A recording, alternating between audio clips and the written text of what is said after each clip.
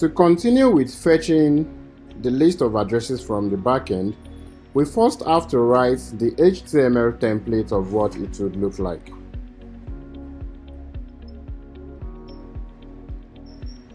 I have this template written out for us, and this is what it would look like. So this is still very static, none of it is working yet and is not loading dynamically. The next thing we have to do is we have to reach out for our backend. And to reach out to our backend, we have to write a function to get addresses.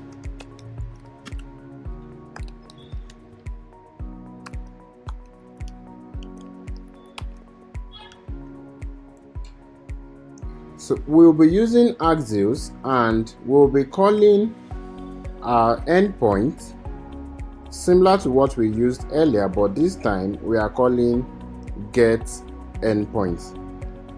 And upon calling get, we are adding the authorization. Note that in get endpoint, authorization is the second parameter, while in post it is under the third parameters. The headers are under the third parameters. Then we are doing the dot then. We are setting the addresses which we had set up here, and after setting the value, we are rendering the list of address. And rendering the list of address is taking the dynamic data that we have up there and appending it to the div elements, the covering div elements. If we look at these, we have this address list here.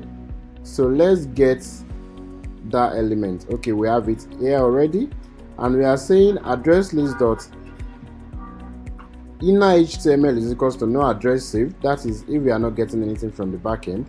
But if we are able to get a list, then we are looping through it. We are creating the list element. We are setting the class values, and we are setting the inner HTML, and at the end we are appending it. Let's comment out these event listeners because we will not be using them yet.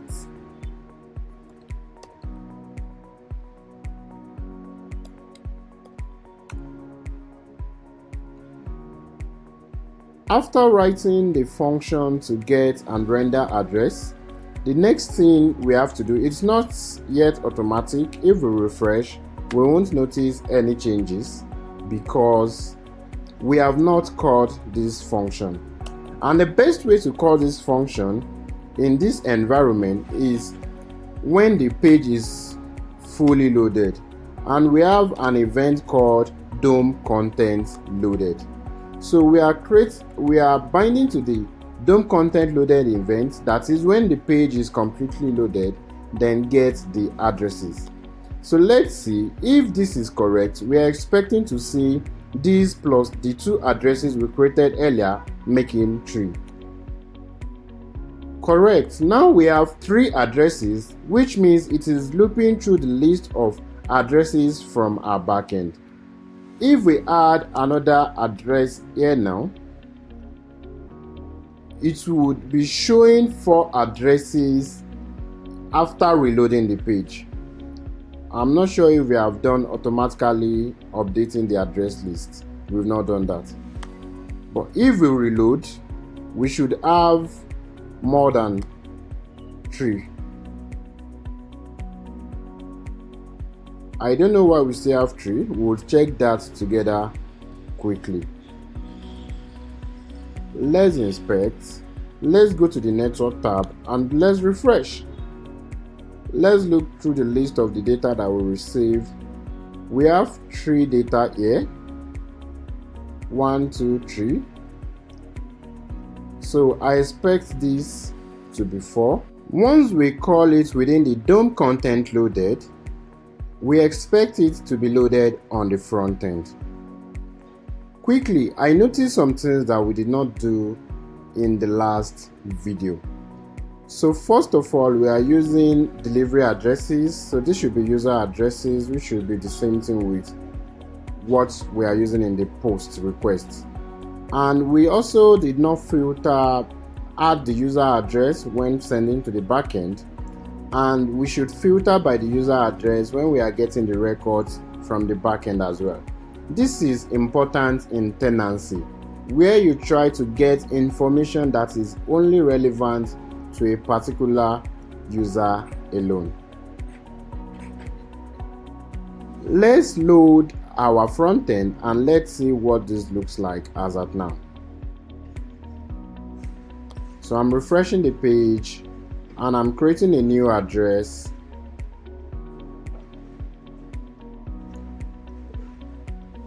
And it says address added successfully. If we check the API, we could see we have the user ID here. And if we reload the page,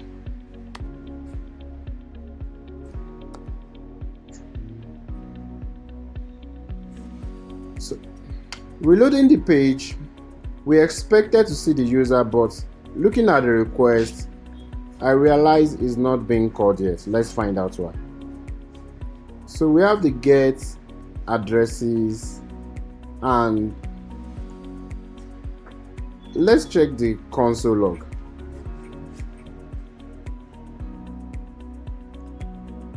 Cannot read properties of undefined ID, and that is relating to the user ID.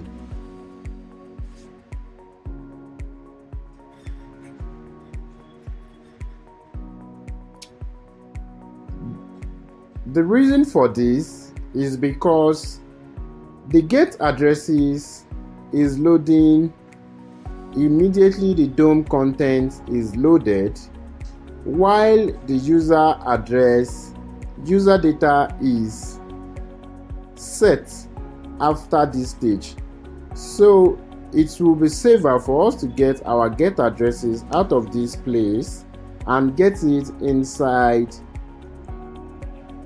the then block of the user data.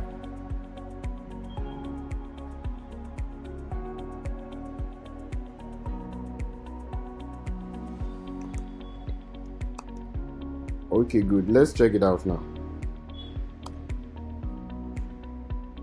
So we have successfully loaded our first user from the backend. Next, whenever we add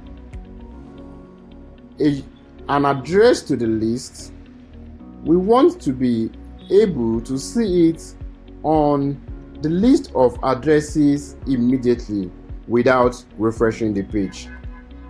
We have to refresh to get it this time, so let's quickly do that. In our submit form, we only reset the form, but what we can also do is push to the list of addresses and render the addresses again. So pushing this will add the data to the stack of data that is already existing, and render address function will render the whole address. I'm refreshing the page, and let's go with Abuja this time around.